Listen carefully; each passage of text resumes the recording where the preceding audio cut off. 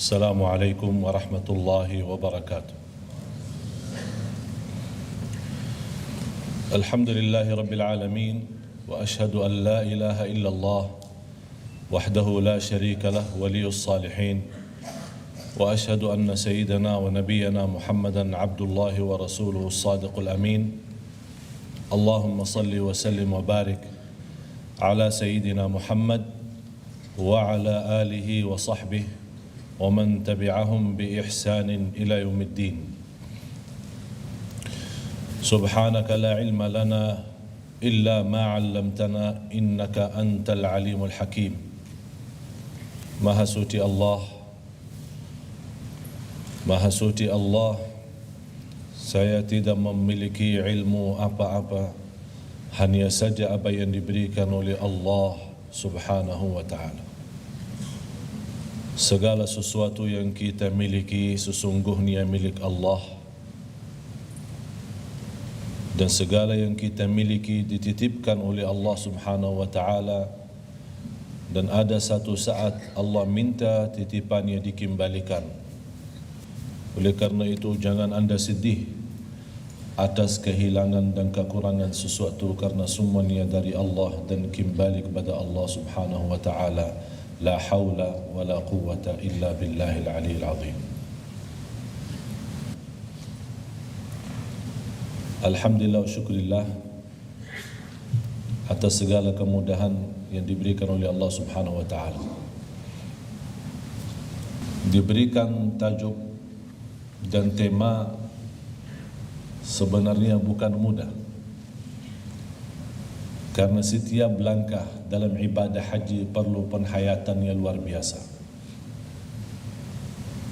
Dari langkah nawaitu itu perlu bahasan sendiri. Berpakaian ihram, berbersihan sebelum berpakaian, berjalanan keluar dari rumah sambil pelayar dari negara kita menuju ke tanah suci. Begitu kita tiba di kota Madinah atau di tanah suci di sana, sendiri juga memerlukan penghayatan yang luar biasa. Belum lagi ziarah Nabi Muhammad sallallahu alaihi wasallam. Belum lagi penghayatan menikmati raudhah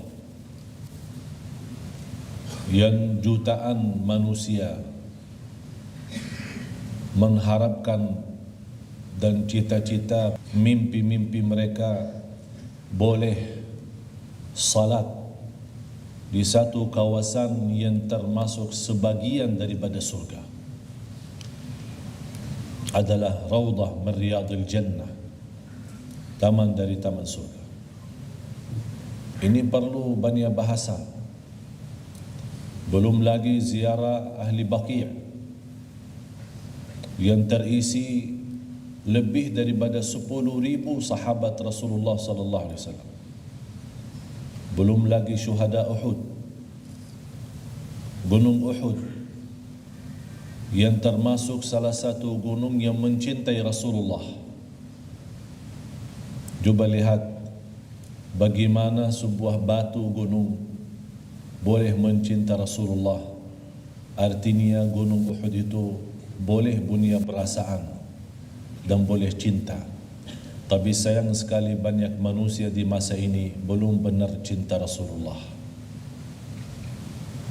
Rasulullah sallallahu alaihi wasallam berjuang saat menerima wahyu yang pertama di Gua Hira di Makkah.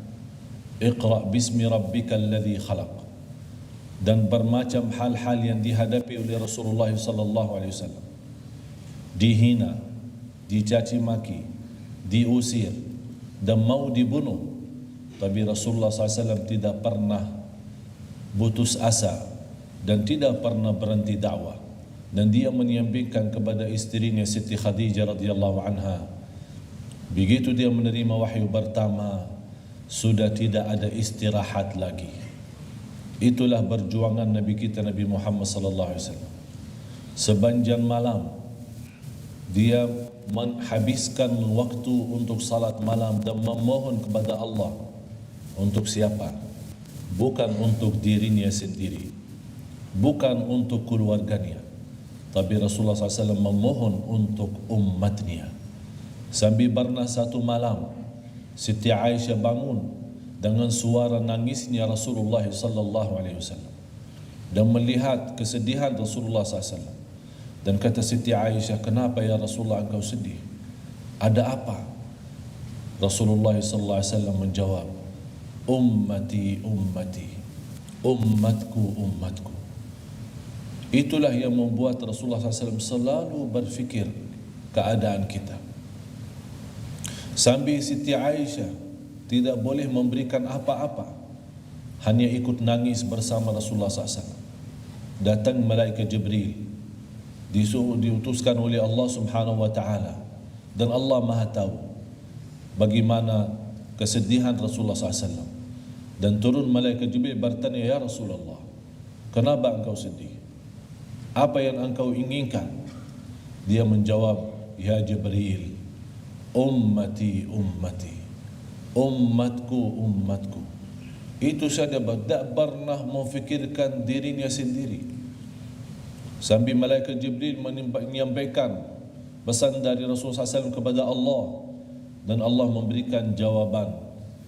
Beritahu kepada Nabi Muhammad sallallahu alaihi wasallam, inna sanurdika fi ummatika wala nasuk. Jangan khawatir wahai Nabi Muhammad, jangan kamu sedih, kami akan menenangkan hatimu terhadap umatmu nanti di hadapan Allah hari kiamat. Hadis sahih yang diriwayatkan Imam Muslim. Rasulullah seorang manusia, tapi manusia yang teragung, manusia yang paling suci sallallahu alaihi wasallam. Sepanjang hayatnya, sejak menerima wahyu pertama selama 23 tahun sampai wafatnya sallallahu alaihi wasallam, selalu membawakan umatnya dalam hatinya dan selalu memfikirkan umatnya sallallahu alaihi wasallam. Sampai Rasulullah sallallahu alaihi wasallam berpesan kepada umatnya lewat banyak macam-macam wasiat. Apalagi di Hajjatul Wada', wasiat Rasulullah sallallahu alaihi wasallam, ittaqullaha fin nisa, bertakwalah kepada Allah terhadap kaum wanita. Ittaqullaha, di mana kita berada menjaga takwa kita kepada Allah Subhanahu wa taala. Khudhu anni manasikakum, terimalah dan ambillah nusuk dan manasik, bagaimana cara haji Rasulullah SAW, bagaimana berjuang Rasulullah SAW, dan bagaimana ketakwaan dan keindahan ibadah Rasulullah SAW. Nabi Muhammad SAW seorang yang susah memfikirkan miliaran umatnya, tapi sayang sekali miliaran umatnya belum mampu memfikirkan satu orang Nabi Muhammad SAW. Kita di masa ini banyak orang yang mengakui cinta Rasulullah, dan bala kalau kita bertanya seorang, apakah kamu cinta Rasulullah? Mesti kita sama-sama menjawab, memang saya cinta Rasulullah. Tapi mohon maaf, berlaku kita tidak sesuai cintaan kita kepada Rasulullah SAW. Kalau kita memang benar-benar cinta Rasulullah sallallahu alaihi wasallam, tidak boleh kita membuat Rasulullah sedih dan nangis lagi. Walaupun Rasulullah SAW sudah wafat dan sudah di alam kubur, tapi kita mampu membuat Rasulullah senyum lagi, membuat Rasulullah bangga lagi, membuat Rasulullah senang lagi. Karena Rasulullah SAW boleh diberitahu oleh malaikat, sambil salawat dan salam kita kepada Rasulullah SAW akan sampai kepada beliau, dan mendengar salawat kita, dan membalas dan menjawab salaman kita. Itulah Rasulullah sallallahu alaihi wasallam. Nabi Muhammad sallallahu alaihi wasallam memperjuangkan supaya kita mendapatkan keridhaan Allah Subhanahu wa taala, dan mengagungkan supaya kita semangat untuk beribadah. Salah satunya ibadah haji, sebagaimana Rasulullah SAW mengkaitkan ibadah yang macam haji yang mabrur, yang segitu indahnya dan segitu sempurna, dengan ikhlas kita, lahir batin kita, kita benar-benar menjadikan haji itu yang termasuk salah satu ibadah yang disempurnakan dalam segala hal.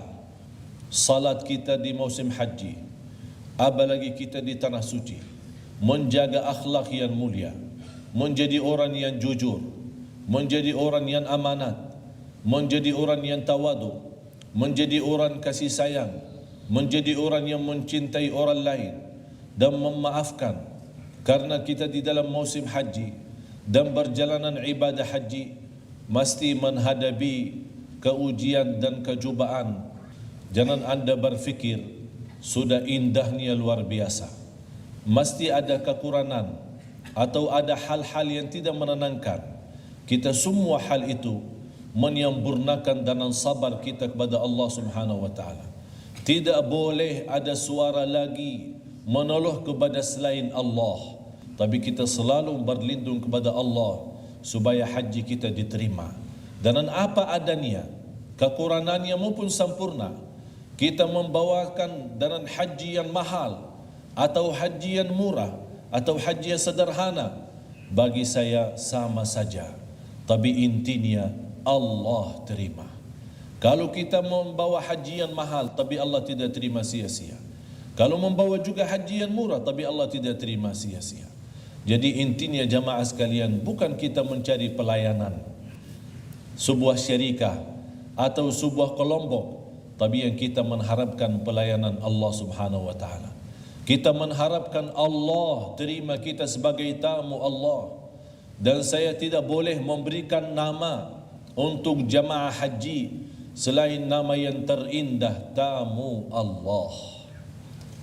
Tamu Allah. Saya mohon jamaah sekalian memfikirkan kata itu. Anda sudah mendapatkan penghargaan, gelar yang tinggi, malah yang tertinggi. Kalau disebut nama kita sebagai tamu Allah, kalau kita dijemput kepada seorang yang mulia atau seorang raja, kita disebut oleh masyarakat atau disebut oleh rakyat atau disebut oleh siapapun, kita sebagai tamu raja atau sebagai tamu orang yang agung atau tamu orang yang mulia, bagaimana perasaan kita bangga dan senang. Apalagi kalau kita disebut nama kita sebagai tamu Allah Subhanahu wa taala. Jadilah jamaah sekalian seorang hamba Allah yang sebenarnya. Kalau kita menjadi tamu Allah, jangan mengkecewakan Allah supaya Allah tidak mengkecewakan kita. Jangan membuat Allah murka supaya Allah menurunkan keridhaannya kepada kita. Jangan kita berbuat hal-hal yang dilarang oleh Allah, apalagi kita di dalam kawasan Allah, di dalam rumah Allah, sebagai tamu Allah. Kalau kita masuk sebuah rumah, datang silaturahim ke rumah siapapun, dianjurkan kalau kita masuk rumah seorang sebagai tamu, tidak boleh kita memandangkan rumahnya dan menarik perhatian kepada apapun yang ada di isi rumah. Kita memberikan perhatian kepada tuan rumah, menghormati, menjaga, menutupi auratnya, menutupi kekurangan dan kesalahannya. Itulah begitu diagungkan oleh tuan rumah kita. Bagaimana kita saat di hadapan Allah Subhanahu wa taala? Inilah kesempatan untuk kita menumbahkan segala masalah. Saya heran orang-orang yang sudah menjadi tamu Allah tapi dia pulang tidak diampuni Allah, na'udzubillah. Kalau kita sudah jadi tamu Allah, ini kesempatan emas untuk boleh kita mendapatkan segala hajat kita, hajat lahir batin, hajat dunia akhirat. Sebagaimana Allah Subhanahu wa taala menanugerahkan segala keindahan untuk jamaah. Bukan hanya ampunan Allah, tapi yang lebih luar biasa adalah kebebasan dari neraka Jahannam. Salah satu kawasan saat kita bertawaf,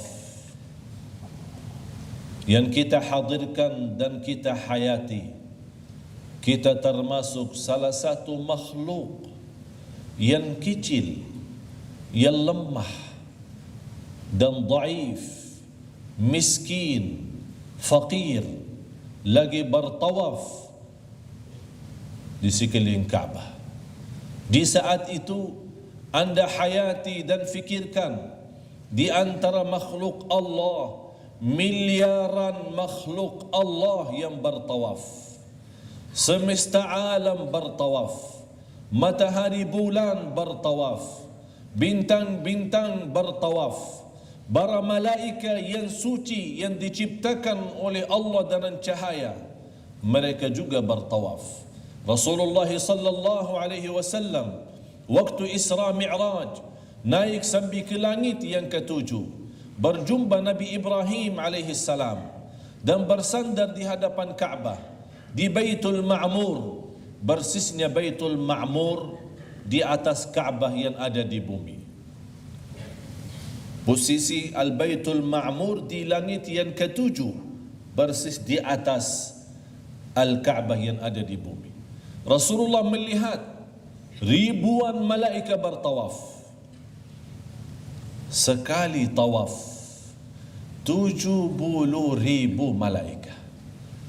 Rasulullah bertanya kepada malaikat Jibril, ini mereka siapa? Kata malaikat Jibril, ini malaikatullah yang ditugaskan untuk mengagungkan Allah lewat tawaf. Tidak boleh punya istirahat, tidak boleh busang, dan tidak boleh merasa lelah, karena dia hanya fokus mengagungkan Allah lewat tawaf. 70,000 satu kali tawaf. Malaikat yang lain menunggu gilirannya, antri. Cuba bayangkan, saat Rasulullah SAW melihat malaikat, dia bertanya, bila malaikat ini boleh tawaf? Yang lain yang belum sempat. Kata malaikat Jibril, ya Muhammad sallallahu alaihi wasallam, ini mereka yang sekali tawaf 70,000. Begitu mereka selesai tawafnya, disambungkan oleh 70,000 malaikat yang terbaru. 70,000 yang pertama menunggu kesempatan boleh tawaf lagi sampai hari kiamat, tidak dapat kesempatan itu. Itu tanda apa? Tanda ribuan miliaran malaikat. Bukan ribuan lagi, miliaran malaikat bertawaf mengagungkan Allah. Oleh kerana itu jamaah sekalian, Allah tidak memerlukan sebenarnya tawaf kita, tapi kita yang memerlukan tawaf karena Allah. Karena Allah memiliki makhluk yang tidak pernah rasa lelah. Kalau kita beribadah merasa diri sudah baik dan sudah salih salihah, malah kita tuntut, ya Allah, mana doa tidak dikabulkan, mana tidak diberikan apa-apa. Tapi malaikat tidak pernah meminta apa-apa. La ya'suna Allah ma amarahum wa yaf'aluna ma yu'marun. Itulah malaikatullah jamaah sekalian. Berarti di antara makhluk Allah yang paling kecil bertawaf adalah manusia. Tapi karena kita merendah hati dan kita datang ikhlas karena Allah, Allah mengagungkan kita dan menerima kita sebagai tamu, orang-orang yang diagungkan oleh Allah. Kalau kita diagungkan sama seorang mulia, kita bangga. Apalagi kalau kita diagungkan oleh Allah, kita akan bahagia dan selamat dunia akhirat. Amin ya rabbal alamin. Ternyata bukan makhluk Allah saja yang bertawaf. Tumbuh badan kita yang kalau kita masuk wa fi anfusikum afala tubsirun, dalam dirimu tidak berfikir. Ternyata kelancaran darah dari tumbuh badan kita, keluarnya dari jantung kita, kemudian berputar di dalam tumbuh badan kita, balik lagi mengisi jantung kita, ini juga menjadikan kemutaran semacam tawaf. Oleh kerana itu hikmahnya kita bertawaf dari sebelah kiri, bukan tawaf dari sebelah kanan. Kenapa kita saat bertawaf tidak berputar menjadi kanan? Karena kita berkatakan tangan yang kanan itu bagus. Kenapa kita tidak tawaf? Kalau kita melihat, ini juga perpaling dengan fitrah kita. Kalau ribuan jamaah yang bertawaf, tiba-tiba ada orang tawaf berbalik, dia mutar di hadapan, kita anggap apa? Oh, ini orang gila. Bukan gila lagi, super gila. Karena kita dia, oh, macam mana ini tahu, bukan begini, macam sana, balik lagi. Kenapa? Ini sesuai fitrah dan sesuai ciptaan Allah Subhanahu wa taala. Ternyata agar hati kita dan kalbu kita mendekati Ka'bah, dan juga proses darah yang keluar dari kalbu kita kemudian balik lagi, dia menarah ke kiri, baru putar ke kanan, kemudian balik lagi. Berarti tumbuh badan kita, darah kita, dalam segala nikmat-nikmat yang Allah berikan dalam tumbuh badan kita juga ikut tawaf. Berarti tawaf itu termasuk nikmatnya luar biasa. Malah dijadikan tawaf itu semacam salat kita. Kalau kita batal wudu kita saat kita bertawaf, berarti kita stop, ambil. Berarti macam salat. Beda sama Safa Marwah. Coba bayangkan, kalau Safa Marwah, apalagi jaraknya sekarang panjangnya, jadi kalau ke sana ribuan jutaan jamaah. Coba bayangkan kalau Safa Marwah itu setiap kita batal ambil air wudu, ya mungkin sampai hari kiamat dah habis haji ni. Tapi subhanallah diberikan keringanan dan kemudahan oleh Allah Subhanahu wa taala. Tapi karena saat kita bertawaf Ka'bah yang suci dan semua makhluk yang mengagungkan Allah, wajib kita sebagai manusia juga ikut mengagungkan Allah dalam keadaan suci. Subhanallah. Saat kita bertawaf, jangan lupa mengisi tawafnya dengan istighfar dan zikir. Dan lebih baik daripada dipimpin oleh seorang dan dia berteriak-teriak dengan suara yang keras dan kita hanya ikut-ikutan seperti burung, apa namanya burung itu? Lupalah, saya tidak tahu bahasa. Pokoknya ikutlah sudah. Ya, tidak tahu artinya, tidak memahami.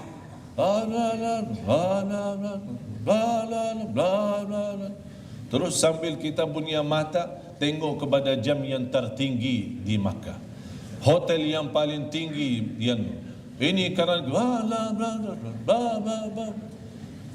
bagaimana kita boleh merasa keindahan tawaf? Kita datang dari negara kita membawa, mohon maaf, membawa segala kesalahan, segala dosa dan segala gotoran lahir dan batin. Kita harap masuk ke Baitullah, menjadi tamu Allah di rumah Allah, supaya keluar dari rumah Allah sudah suci lahir batin, bersih, menjadi sinar cahaya lagi, sinar mukanya, sinar kalbunya, sinar badannya, ibadahnya menjadi lebih indah, doanya terkabul, segala hajat diberikan, setiap langkah-langkah diselamatkan. Itu yang kita harapkan. Oleh karena itu, saya nasihati kalau lagi tawaf, lebih baik masing-masing mengisi semampu anda, walaupun bahasa sendiri. Tidak perlu bagi translate sama Allah Subhanahu wa taala. Allah yang menciptakan lidah kita dan Allah yang memahami bahasa kita. Daripada kita mengganggu orang lain, macam-macam bahasa lagi. Malah saya pernah mendengar orang-orang mengikuti doa-doa dalam mutawaf atau orang pemimpin doanya, malah dia ikut salah, tidak mengerti. Wa finnar, masuk neraka. Masa ikut masuk neraka? Kalau orang baca dia tidak pandai bahasa dan tidak pandai bahasa Arab, dan orang yang buat buku dia pintar. Ada satu buku selalu tersebar di tanah suci, ditulis doa haji umrah menurut 4 mazhab. Ada satu buku kecil, kalau boleh pernah nampak, satu buku kecil dia tertulis doa haji umrah, doa tawaf, doa Safa Marwah menurut 4 mazhab. Saya begitu periksa doa, tidak ada satu pun di dalam mazhab. Cuma dia berkata, ini kalau saya berkata doa haji umrah nanti orang bala minum. Orang Syafi'i tidak mau, Hanafi tidak mau. Ini mungkin beda sama mazhab saya. Jadi orang penulis buku itu dia pintar, dia bagi 4 mazhab biar laku semua. Alhamdulillah buku itu paling cepat laku habis. Karena orang ini 4 mazhab, jadi Syafi'i ya boleh. Padahal tidak ada satu pun dalam mazhab-mazhab doa-doa macam yang di bawah dalam buku itu. Jadi jemaah sekalian, apa yang kita perlu baca? Allah Maha tahu, dan kita boleh pandai memohon kepada Allah sesuai yang tersimpan dalam hati kita, hajat kita. Buku tidak boleh memahami hajat kita apa, apalagi buku bahasa Arab. Kan kita punya hajat masing-masing. Ada yang punya hajat untuk kesihatan, ada yang punya masalah dalam rumah tangga, ada yang punya masalah dalam urusan keturunan, ada yang punya masalah anaknya pelayar ke negeri barat. Kita memohon kepada Allah supaya diselamatkan agamanya di alam yang menjadi bebas gaulan dan bebas berlakuan. Kita mendoakan anak kita supaya tetap dia menjaga pelajaran dan kembali ke tanah air dalam keadaan sihat walafiat dan agama tetap baik dan bagus. Ini mana ada di dalam buku? Kalau kita baca anakku yang belayar di Inggris, mana ada di dalam buku? Itu bahasa kita sendiri. Kita memohon, itulah nikmatnya tawaf. Malah saya selalu susungkan, kalau tawaf pertama itu doa untuk diri sendiri. Apapun hajat kita, apapun keperluan kita, khusus doa untuk diri sendiri. Yang kedua, khususkan untuk kedua orang tua. Yang ketiga, khususkan untuk anak dan cucu kita. Yang keempat, khususkan untuk kerabat kita dan orang-orang yang meminta kita doakan. Tidak perlu bawa surat orang-orang yang minta doakan terus kita dalam tawaf, ya Allah ini ada bapa fulan, Haji Awang, ini bin sini bin lagi. Ini sudah tidak perlu bagi. Kalau ada orang 100 orang minta titip doa, mana kita bawa nama semua 100 orang? Yang kita ingat, yang kita sebut nama, yang tidak sebut nama, Allah Maha tahu niat kita apa. Ya Allah, yang semua titip doa, ya Allah ampunilah mereka. Ya Allah kabulkan ya Allah. Sudah Allah tahu dan Allah Maha tahu subhanahu wa ta'ala. Terus yang kelima, kita khususkan untuk mendoakan umat Nabi Muhammad sallallahu alaihi wasallam. Semua negara Islam kita doakan supaya Allah turunkan kasih sayangnya, rahmatnya. Allah memperbaiki keadaan umat, memudahkan, diberikan taufik, diberikan hidayah. Terus yang keenam, kita doakan negara kita. Jangan kita jadi orang pelit, malah sudah berdoa di tanah suci, berbanyak doa, tapi satu kali pun tidak sebut negara kita. Ini wajib kita mendoakan negara kita, wajib mendoakan pemimpin negara kita. Karena dengan doa kalau Allah kabulkan, boleh jadi negara Brunei baldatun tayyibatun wa rabbun ghafur. Cuba bagaimana kalau jutaan, ribuan, ratusan orang, puluhan orang yang berdoa untuk negaranya masing-masing. Allah akan berikan hidayah. Jangan kita sudah sampai tanah suci, tidak ada urusan negara saya ni. Saya di tanah suci ni, urusan negara saya pribadi rumah tangga katanya. Ini wajib kita doakan. Terus yang ketujuh, kita kembali mendoakan, menutupi doa itu dengan doa untuk diri sendiri. Kalau kita susunkan, insya Allah tidak salah tawaf. Artinya banyak orang tanya, maaf Tuan Syekh, ini tawaf yang berapa ini? Ini saya bingung, ini sudah 4 atau 5? Terus ini sudah ujung 7 atau baru 6? Ini malah tambah, malah ada orang yang tawaf sudah 8, malah ada yang tawaf sudah 9. Sampai ada orang apalagi Safa Marwah. Saya pernah jumpa seorang tinggi besar, junggut gini dia punya jenggot. Terus dia datang, Tuan Syekh, saya capek. Dia pakai bahasa Arab sama saya. Saya langsung translate ya, tidak perlu bahasa Arab. Tuan Syekh, ini tolong, macam mana saya sudah capek. Kenapa capek? Saya sudah putar sana, putar, dah habis-habis. Emang kamu macam mana hitung? Ke sana balik lagi 1, sana balik lagi 2. Saya bilang salah. Ini 1 ke sana 1, balik lagi Marwah 2. Jadi Safa ke Marwah 1, Marwah ke Safa jadi 2. Astaghfirullahalazim. Saya sudah 13 Tuan Syekh. Kalau macam itu satu mutar, kemudian mutar lagi, berarti sudah 13. Saya bilang sudah berhenti, kamu pulang saja. Cukurlah, habis. Ini macam berapa bonus ini? Tapi mudah-mudahan dengan nawaitu, karena dia tidak mengerti. Inilah alhamdulillah, Jabatan Agama alhamdulillah memberikan kemudahan, kirimkan 3 orang yang memimpin kita. Artinya jangan salah laku haji. Kalau belum faham, tanya. Jangan habis sudah salah baru cari jalan keluar. Tuhan, ini saya salah tawaf. Jangan salah dulu, tanya dulu, baru kita laksanakan supaya ibadah haji kita jadi sempurna. Jangan kita malah ada seorang pernah kemarin tanya sama saya pernah berlaku ini. Terus sekarang sudah bulan Maulid, kamu haji bila haji? Tahun 2001. Masya Allah, 2001. Baru anda bertanya 2012. Macam mana ini orang? Itu tidak boleh. Karena kalau ada hal-hal yang wajib kita bayar, macam fidyah, macam itu, mana kita tunggu lama macam itu? Kalau kita meninggal dunia sebelum kita jumpa orang bertanya. Oleh kerana itu manfaatkan orang yang diberikan kepercayaan sebagai memimpin kita dalam agama, kita selalu bertanya sama mereka. Jangan kita orang merasa diri saya faham. Walaupun merasa diri faham, biar lebih yakin, tanya lagi supaya sempurna ibadah haji kita. Begitu kita menikmati ibadah dan mengisi daripada tawaf, kemudian mengisi sama, susunkan Safa Marwah sama. Safa berjalan pertama kita doakan untuk diri sendiri, balik lagi doakan untuk orang tua. Yang ketiga khususkan untuk anak dan cucu. Yang keempat khususkan untuk keluarga besar kita. Yang kelima khususkan untuk semua negara Islam dan umat Nabi Muhammad sallallahu alaihi wasallam. Yang kelima kita khususkan untuk negara kita sendiri. Terus yang keenam, yang terakhir, yang ketujuh, baru kita kembali menutup doa itu dengan doa untuk diri sendiri. Kalau kita susunkan macam itu, insya-Allah tidak salah hitung. Kalau misalkan ini yang berapa? Oh, ini doa orang tua. Dua, yang kedua ini. Terus ini yang berapa?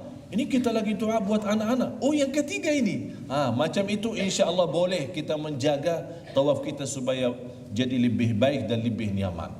Begitu selesai tawaf kita dan selesai salat 2 rakaat tawaf, jamaah sekalian,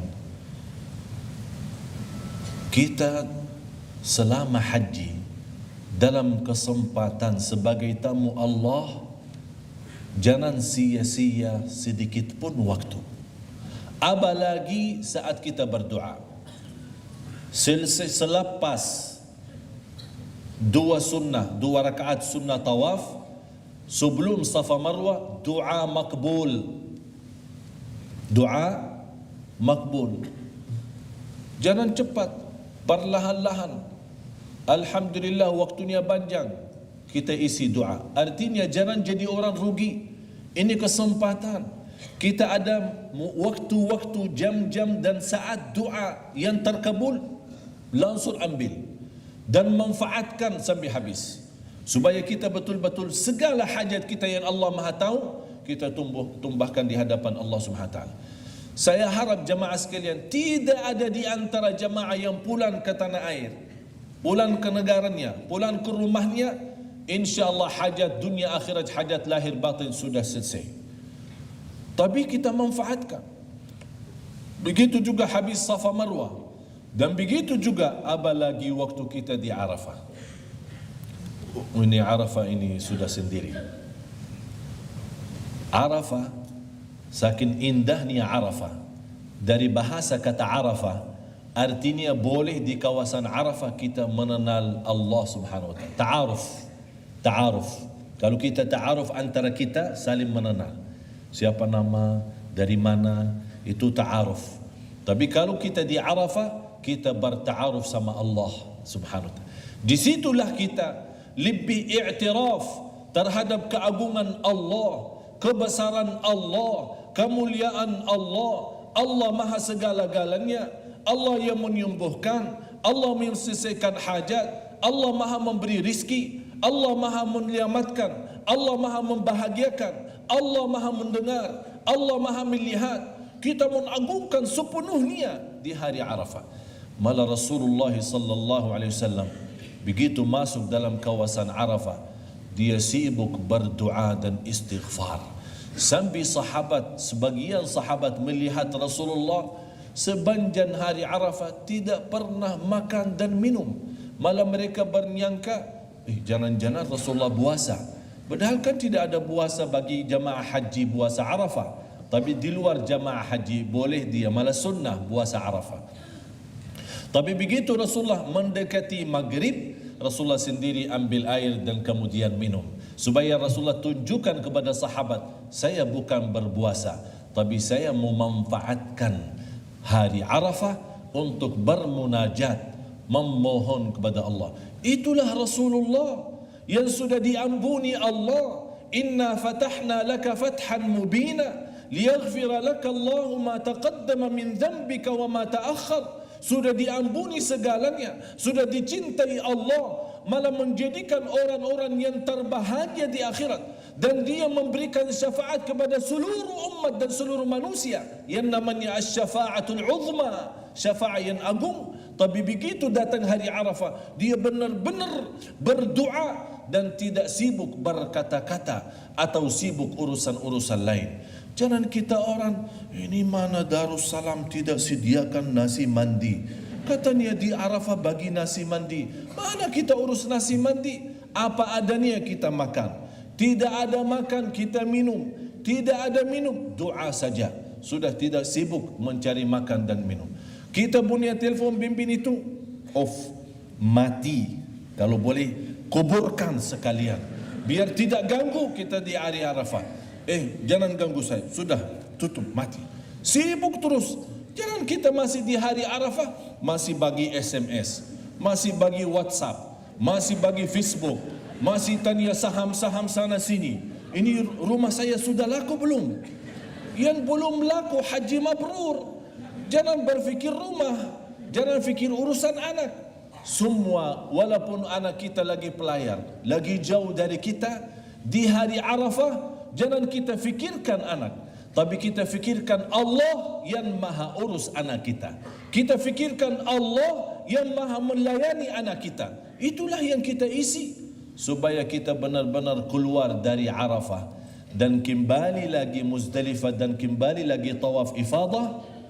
Kita sudah masuk kembali lagi ke rumah Allah lagi, dalam keadaan semua hajat kita bertumbah dan semua hajat kita sudah memohon kepada Allah Subhanahu. Itulah keindahan Arafah. Kenapa habis Arafah ada tawaf ifadah?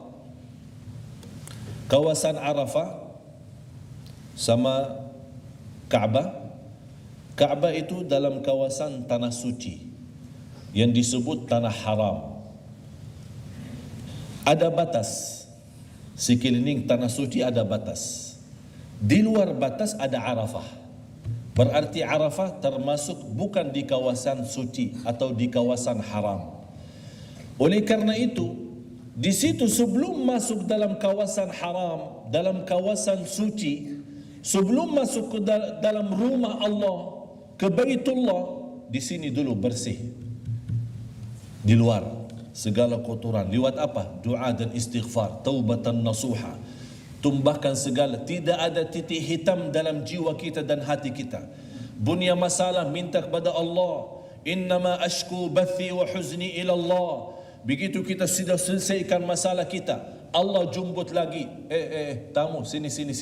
Marilah masuk rumahku. Aku kabulkan doamu, aku selesaikan hajatmu, dan aku bebaskanmu dari neraka Jahannam. Itulah karena Allah di hari Arafah membebaskan jutaan hamba-hamba dari neraka Jahannam. Mudah-mudahan nama kita terpilih bebas dari neraka Jahannam.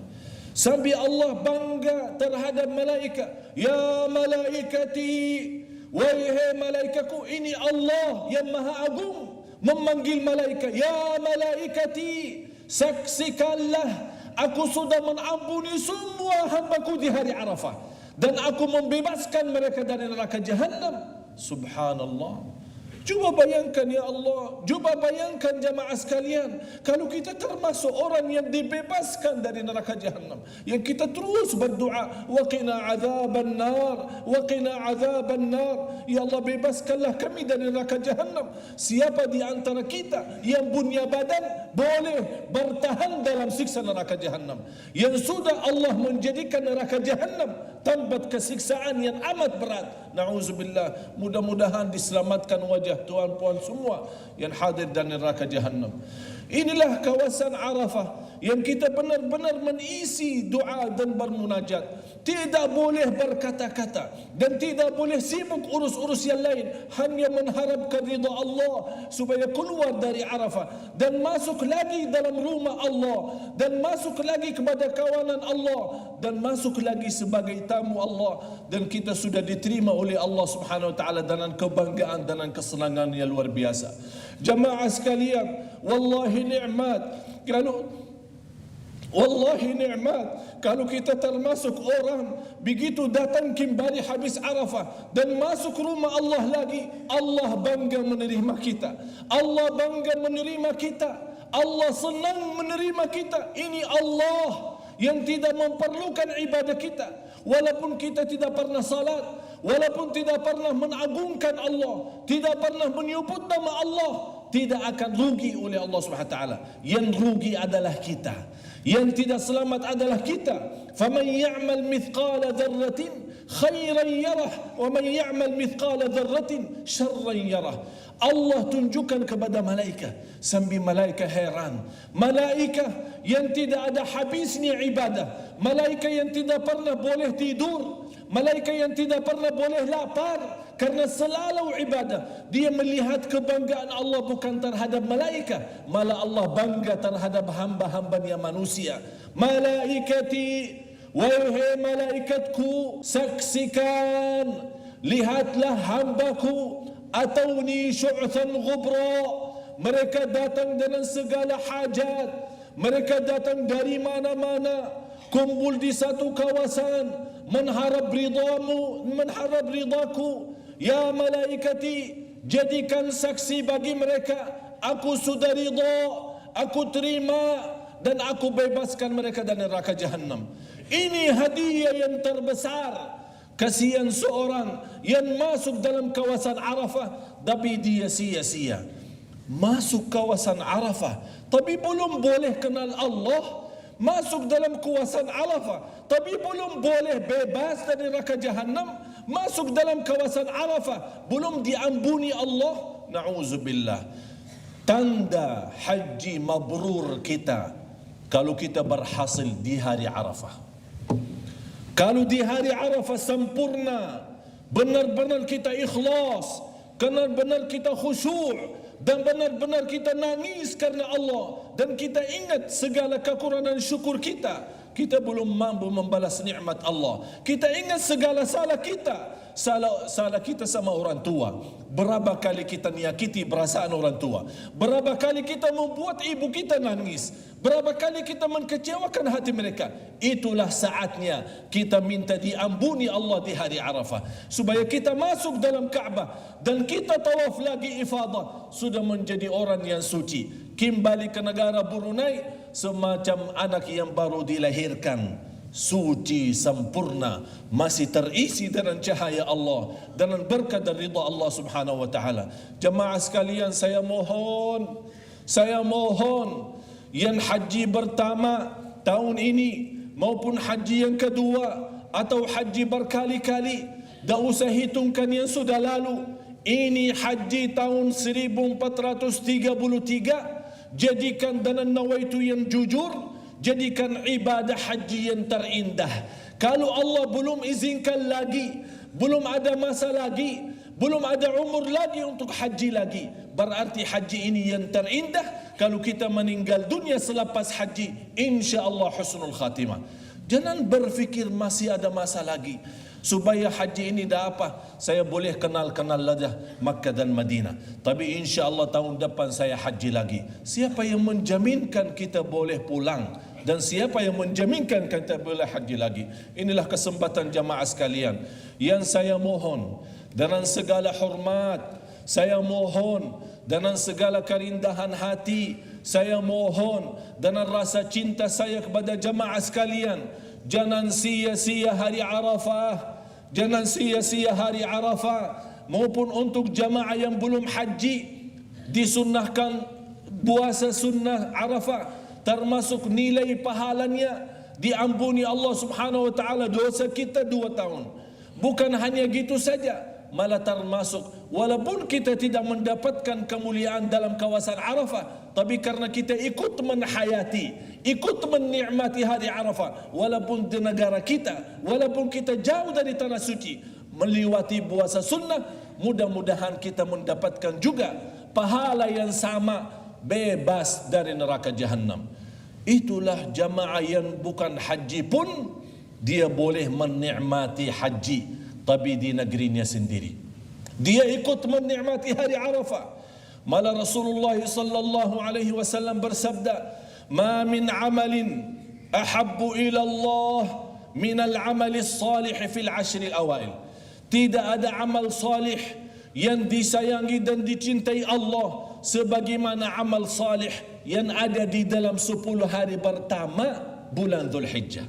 Oleh karena itu disunnahkan bagi orang yang tidak haji, disunnahkan puasa, disunnahkan ibadah, disunnahkan baca Quran, bersedekah. Dia walaupun tidak berangkat haji, tapi baginya tanggal 1 Dzulhijjah sampai 9 Dzulhijjah, dia tidak masuk hari lebaran 10 Dzulhijjah, sudah benar-benar kita menjadi orang yang diterima amal ibadah. Allah paling cinta amal salih di setiap musim, tapi lebih cinta amal salih di 10 pertama bulan Dzulhijjah. Oleh karena itu, ini kesempatan bukan hanya untuk jamaah haji, malah kesempatan bagi orang yang bukan jamaah haji. Subhanallah, segitu murahnya Allah, segitu karunia Allah, segitu kasih sayangnya Allah. Masa kita orang-orang yang tidak boleh mendapatkan kasih sayangnya Allah Subhanahu wa taala. Rasulullah sudah menjelaskan, lallahu ashaddu farahan, lallahu arhamu bil abdi minal ummi bi waladiha. Allah lebih kasih sayang kepada hamba daripada ibu kepada anaknya. Kalau kita lihat ibu kita bagaimana ikhlasnya terhadap anaknya, bagaimana luar biasa sayangnya kepada anaknya, jauh lebih baik dan jauh lebih agung kasih sayangnya Allah kepada kita. Oleh karena itu, kita datang ke kawasan Arafah dan kita datang ke tanah suci dengan rasa rindah hati.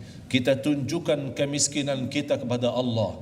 Jangan sampai sia-sia jamaah sekalian, jangan sampai sia-sia jamaah sekalian, supaya kita benar-benar termasuk orang yang mendapatkan surga Allah bersama Nabi Muhammad sallallahu alaihi wasallam. Saya tidak mengharapkan tuan dan puan masuk surga begitu saja, tapi yang saya selalu mendoakan, mudah-mudahan masuk surga bersama Rasulullah. Jadi tidak boleh belakangan, bersama Rasulullah, terpilih masuk surga bersama Rasulullah SAW. Itulah kesempatan yang 10 pertama bulan Dzulhijjah. Apalagi bagi jamaah haji. Di luar Mina, Muzdalifah, memang penghayatan haji itu luar biasa. Penghayatan luar haji luar biasa. Dan boleh kita mendapatkan perubahan dalam jiwa kita, kalbu kita dan kehidupan kita dunia akhirat. Pertama, nawaitu, mau apa untuk haji tahun ini? Mau jadi habis haji insani yang benar-benar diridai Allah. Jamaah sekalian, kalau saya sebutkan ridha Allah, ini sebuah karunia yang lebih tinggi balasannya daripada surga sendiri. Ridha Allah itu lebih tinggi balasannya daripada surga sendiri. Sampai ahli surga saat masuk surga, Allah nawarkan, hei ahli surga, mau apa lagi? Mereka menjawab, ya Allah, ada apa lagi selepas surga?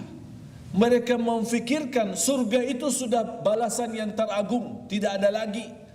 Kata Allah, aku ridha terhadapmu dan terhadap kamu dan tidak akan murka selama-lamanya. Itulah balasan Allah dia untuk ahli surga, lebih tinggi daripada surga sendiri. Ridha Allah. Kalau jamaah sekalian, terutama jamaah haji, kalau boleh mendapatkan ridha Allah, demi Allah, demi Allah, demi Allah, beres dan bahagia dunia akhirat. Jangan fikirkan lagi masalah. Kalau sudah dapat ridha Allah, jangan fikir susah lagi. Karena Allah sudah ridha. Kalau Allah sudah ridha, ibadah kita indah.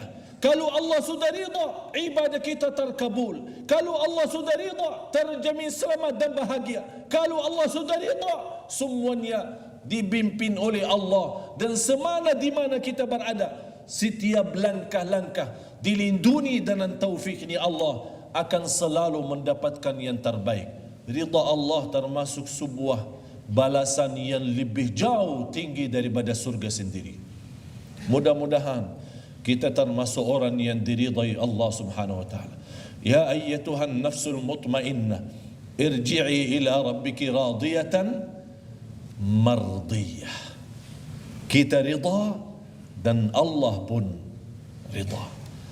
Kita wujudkan selama di tanah suci, raditu billahi rabba wa bil islami dina wa bi Muhammadin sallallahu alaihi wasallam nabiyyan wa rasula. Aku ridha terhadap Allah sebagai Tuhanku. Aku ridha terhadap agama Islam sebagai agamaku. Aku ridha terhadap Nabi Muhammad sallallahu alaihi wasallam sebagai nabi dan rasul. Kata Rasulullah sallallahu alaihi wasallam, barang siapa yang mengucapkan doa ini 3 kali dalam satu hari dan satu malam, kana haqqan 'ala Allah an yurdiyah. Wajib atas Allah memberikan ridha-ridhanya kepada hamba.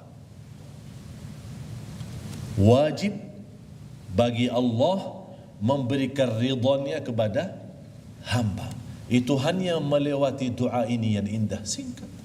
Raditu billahi, mari sama-sama. Raditu billahi rabba. Kok suaranya begini? Kurang semangat ya. Jangan khawatir, jamuan insyaAllah ada. Jadi insyaAllah soal perut jangan takut. Sekarang kita dulu isi kalbu, baru nanti perutnya insyaAllah belakangan. Sama-sama. Raditu billahi rabba wa bil islami dina wa bi Muhammadin sallallahu alaihi wasallam nabiyya wa rasula. Raditu billahi rabba wa bil islami dina wa bi Muhammadin nabiyyan wa rasula. Raditu billahi rabba wa bil islami dina wa bi Muhammadin nabiyyan wa rasula. 3 kali dalam satu hari akan wajib bagi Allah memberikan ridhanya kepada hamba. Kana haqqan 'ala Allah an yurdiyahu. Aku ridha terhadap Allah sebagai Tuhanku.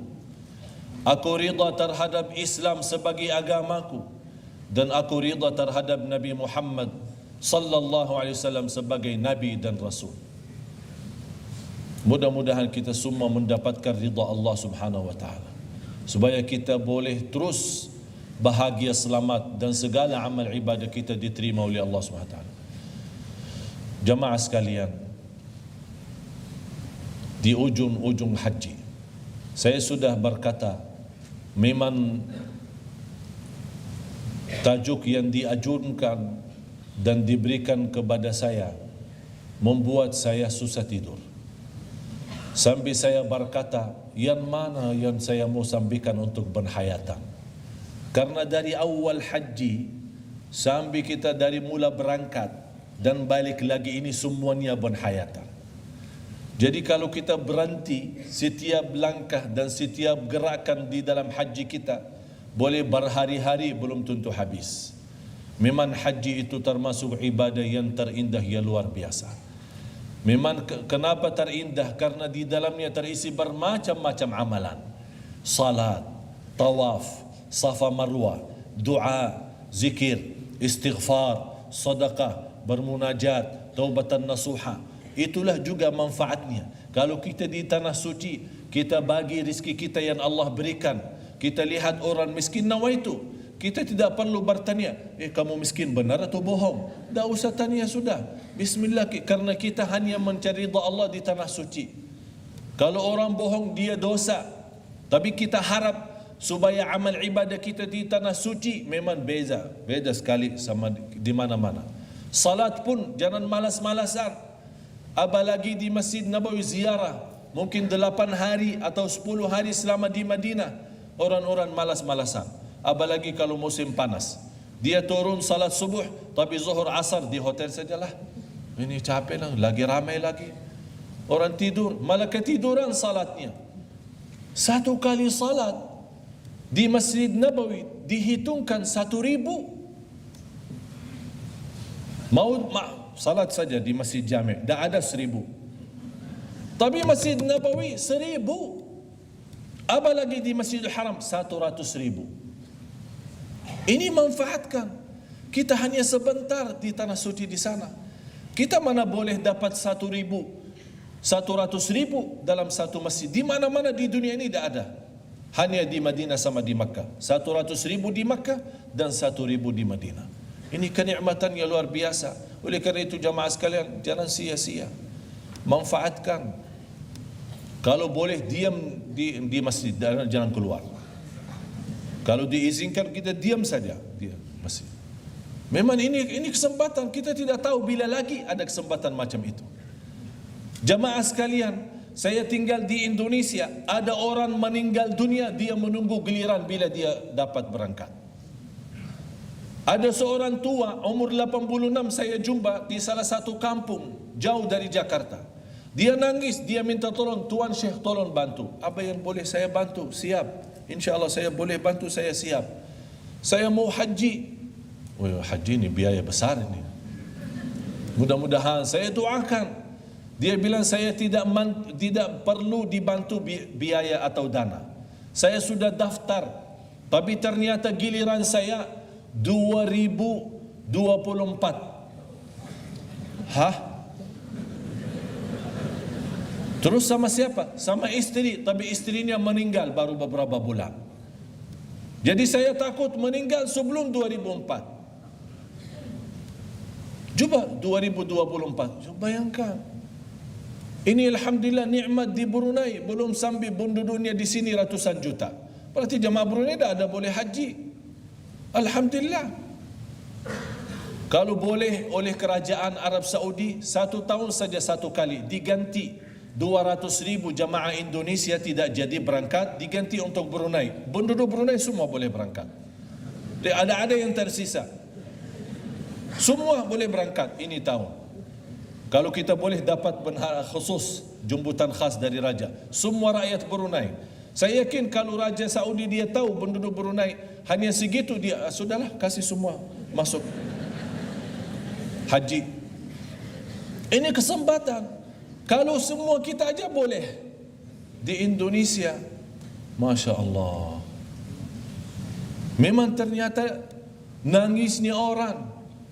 Malah ada orang datang ke rumah saya, dia nawarkan tanah, tolong beli. Kenapa? Kawasan bagus, dekat jalan, di dalam bandar. Dia mau jual murah supaya boleh berangkat haji bagi ongkos biaya. Apakah di antara jemaah sudah jual rumah untuk berangkat haji? Ada? Angkat tangan. Tidak ada. Rumah alhamdulillah masih kita pakai. Kereta kita masih pakai. Demi Allah jemaah sekalian, ini nikmat bagi jemaah Brunei. Nikmat. Tidak ada susah. Jadi kita yang perlu fikirkan macam orang yang susah sampai dia jualkan semua hartanya rumahnya, tanahnya, apa-apa yang dia miliki supaya boleh berangkat haji. Malah ada yang nawarkan kepada saya sampai dia berani bayar $50,000 Brunei supaya boleh berangkat tahun ini. Dia telefon saya mau tahun ini. Yang termahal berapapun saya yang penting tahun ini. Mau berapa? 10,000, 20 sampai $50,000 Brunei dia mau bayar supaya boleh tahun ini berangkat. Haji plus atau haji syarikat travel, haji umrah, boleh dapat paling cepat 5 tahun. Tapi kalau haji pemerintah 10 tahun, 15 tahun, malah ada daerah-daerah 20-25 tahun tidak dapat. Subhanallah. Seumur hidupnya. Oleh kerana itu kalau kita perhatiin jemaah haji Indonesia rata-rata sudah tua. Datang dia kunjung istrinya berlangkah-langkah sudah. Mau mati sudah, husnul khatimah. Dia datang karena sudah sepanjang umurnya 80 tahun dia kumpulkan biaya haji. Padahal biaya haji berapa? Tapi subhanallah, walaupun di Brunei lebih mahal, tapi kita masih boleh dan sanggup. Ini nikmat. Syukur kalau Allah memilih kita boleh berangkat haji. Sayang dan kasihan seorang yang lebih kaya tapi tidak peduli haji. Lalai. Bukan karena dia tidak peduli haji, Allah tidak mau terima dia sebagai tamu. Allah tidak mau menerima dia sebagai tamu Allah. Yang kasihan bukan Allah, yang kasihan dia. Yang dia belum tahu bagaimana kemuliaan haji. Padahal dia mampu, bukan hanya mampu sendiri berangkat, mau ratusan orang saja dia boleh bagi biaya haji. Tapi dia tidak mau haji. Na'udzubillah. Mudah-mudahan apa yang saya sampaikan boleh bermanfaat. Memang kata-kata yang saya harapkan dan yang saya mohonkan, tolong disesuaikan keadaan haji kita supaya insya-Allah kita pulang membawa haji mabrur. Anda nanti lihat kalau kita sudah termasuk benar-benar haji mabrur, masya-Allah, sisa umur kita semuanya indah. Rizki dimurahkan rizki, badan yang sehat, doa diterima, amal salih dikabulkan, segala hajat diselesaikan. Terus mau apa lagi? Nanti di akhirat dapat surga balasan haji mabrur. Lebih tinggi daripada itu ridha Allah subhanahu wa ta'ala. Terima kasih atas perhatiannya. Semoga apa yang saya sampaikan bermanfaat. Dan maklumlah kalau ada kata-kata yang tidak sesuai atau salah-salah ucapan dalam kata-kata saya, maklumkan saya Ustaz ekspor impor. Ya. Terima kasih. Wabillahi taufiq wal hidayah. Wassalamualaikum warahmatullahi wabarakatuh.